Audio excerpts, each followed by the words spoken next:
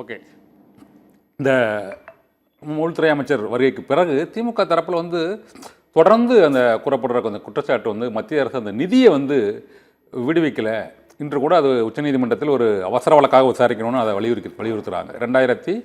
2152 கோடி ரூபாய் நிதியை இந்த சமக்ர சிக்ஷா அபியான் திட்டத்திற்கு அவர்கள் ஒதுக்கீடு செய்யலை. சமக்ர சிக்ஷா அபியான் வேறு, பிஎம்ஸ்ரீ வேறு, தேசிய கல்விக் கொள்கை வேறு. இந்த தேசிய கல்விக் கொள்கையை காரணம் காட்டி சர்வசிக்ஷா அபியானுக்கான நிதியை விடுவிக்காதது ஏன், அது விடுவிக்காததுக்கான காரணம் என்ன என்ற ஒரு தொடர்ந்து அது உச்சநீதிமன்ற வழக்கு வரை போயிருக்கு. அது சரியான அணுகுமுறை தானே சார்? பிரச்சனைனா சர்வ சிக்ஷா அபியான் அப்படின்ற நீங்க ஹிந்தியில சொல்றீங்க, நிறைய பேருக்கு புரியாது. அனைவருக்கும் கல்வி திட்டம். அதான் என்ன, அனைவருக்கும் கல்வி திட்டம். அப்போ இதுல என்னன்னு கேட்டீங்கன்னா, நம்ம தனியார் பள்ளிகள், மெட்ரிகுலேஷன் பள்ளிகள், சிபிஎஸ்இ தனியார் மாநில பாடத்திட்டத்துல படிக்கிறவங்க எல்லாம் இடைநிலை பள்ளியில் 6ல இருந்து 10 வரையிலும் கம்ப்யூட்டர், அதாவது கணினி வகுப்புகள் இருக்குது. தனியா பாடமே இருக்குது. அப்போ இந்த சர்வ சிக்ஷா அபியான் அப்படின்னு அந்த சொல்ற அந்த அனைவருக்குமான கல்வி திட்டத்துல மத்திய அரசிடமிருந்து கடந்த 4 வருடங்கள்ல 800 கோடிக்கும் மேலாக மாநில அரசு தன்னுடைய அரசு பள்ளி இடைநிலை பள்ளி மாணவர்களுக்காக, அதாவது 6ல இருந்து 9ஆம் வகுப்பு படிக்கிறவர்களுக்காக, 6, 7, 8, 9 இந்த மாணவர்களுக்காக கணினி ஆசிரியர்களை நியமிப்பதற்காகவும், அதே மாதிரி கணினி சோதனை கூடங்கள் கம்ப்யூட்டர் லேப்ஸ் நிறுவுவதற்காகவும் பணம் கொடுக்குங்க. இதுல அனைவருக்கும் கல்வி திட்டத்துல, சர்வ சிக்ஷா அபியான் திட்டத்துல அந்த பணத்தை வாங்கி இவங்க என்ன செய்யறாங்கன்னா வேற எதுக்கோ செலவு பண்ணுறாங்க. அதாவது அரசு ஏழை அரசு கிராமப்புற பள்ளி மாணவர்களுக்காக வழங்கப்பட்ட காசை வாங்கி இவங்க வேற எதுக்கோ செலவு பண்ணுறாங்க. இதான் விஷயங்க. அப்போ இதுக்காக நான் கொடுத்ததை நீ ஏன் வேற எதுக்கு செலவு பண்ணு கேட்டா, ஐயோ நிதியை நிறுத்திட்டாங்களேன்னு சொல்வது எந்த விதத்துல நியாயம்? நீங்க சொல்றது சரி, ஒரு விஷயம். சர்வ சிக்ஷா அபியான் அனைவருக்கும் கல்வி திட்டம் வேற, தேசிய கல்விக் கொள்கை வேற, அதே மாதிரி பிஎம்ஸ்ரீ திட்டம் வேற.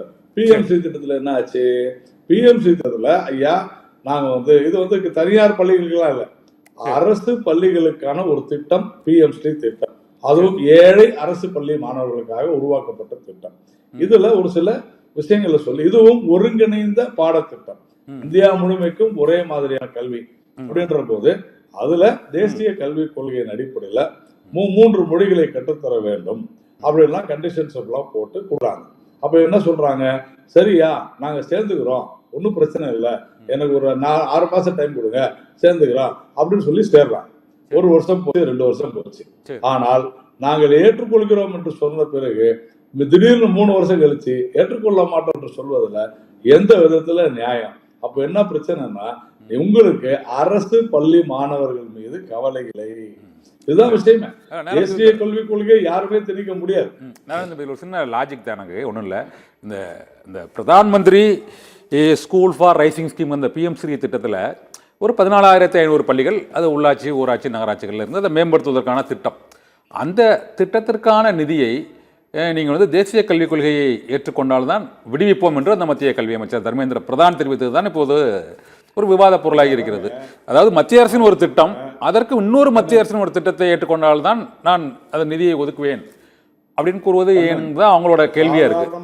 அதாவது சாதாரணமா கண்ணன் இப்ப 5:30 மணிக்கு சுந்தர் என்ன கூப்பிட்டு சொன்னாரு, இந்த சப்ஜெக்ட்ல நீங்க பேச போறீங்க அப்படின்னு. ஆனா இதை விட்டுட்டு இன்னைக்கு உங்க வீட்டுல என்ன சாப்பிட்டீங்க, அப்புறமா இன்னைக்கு என்ன படம் நல்லா இருந்துச்சுன்னு நம்ம டிஸ்கஸ் பண்ணோம்னா நல்லா இருக்குமா? எதற்காக அந்த நிதி வழங்கப்பட்டதோ அதற்காக செலவிடப்பட வேண்டும். நான் அதற்காகவே செலவிடுகிறேன் என்று சொல்லிவிட்டு நீங்கள் அதெல்லாம் முடியாது அப்படின்னு சொன்னா என்ன அர்த்தம்? இந்தியா முழுமைக்கும் நீங்க சொன்னது 100க்கு 100 சரி. 14,500 பள்ளிகளை கண்டறிந்து, அதுவும் அரசு, எல்லா ஏழை அரசு பள்ளி ஒரே மாதிரியான கல்வி கொடுக்க வேண்டும், மாதிரி பள்ளிகளாக உருவாக்க வேண்டும் திட்டம். இது இந்தியாவிற்கு மொத்தமானது. அப்படி இருக்கும் பொழுது நான் மட்டும் இதுல இப்படி இருப்பேன். அதாவது எப்போன்னா, நீ முதல்ல சொல்லிருக்கலாம், ஐயா எனக்கு இதெல்லாம் வேணாங்க, நாங்க இருமொழி கொள்கையில தான் இருக்கிறோம், பிஎம்சி திட்டம் மும்மொழி கொள்கையில சொல்லுதுங்க, எங்களுக்கு திட்டம் வேணாம் அப்படின்னு நீ சொல்லிட்டு போக வேண்டியது தானே. அதை விட்டுட்டு 2 வருஷம் இழுத்துட்டு நாங்க வரோம்னு சொல்லிட்டு அதன் பிறகு ஐயோ பணம் கொடுக்கலையே அப்படின்னு சொன்னா இது என்ன நியாயம்ன்றதுதான் நம்ம கேட்கணும்.